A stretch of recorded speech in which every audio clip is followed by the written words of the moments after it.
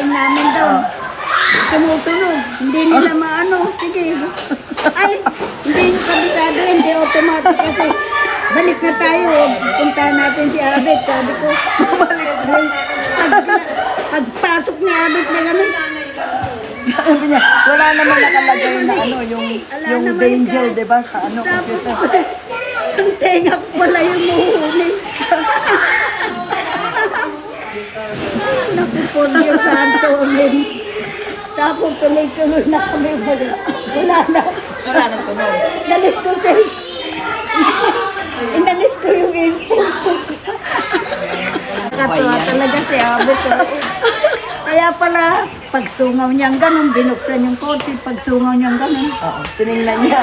Wala namang danger na nakasign. Tapos, tinignan niya yung ano.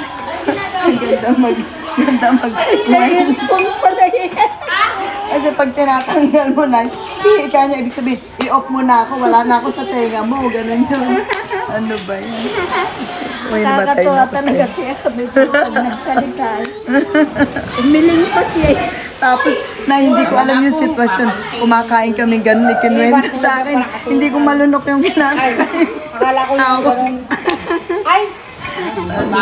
Napailin siya. Maganda na. Nakakatuwa.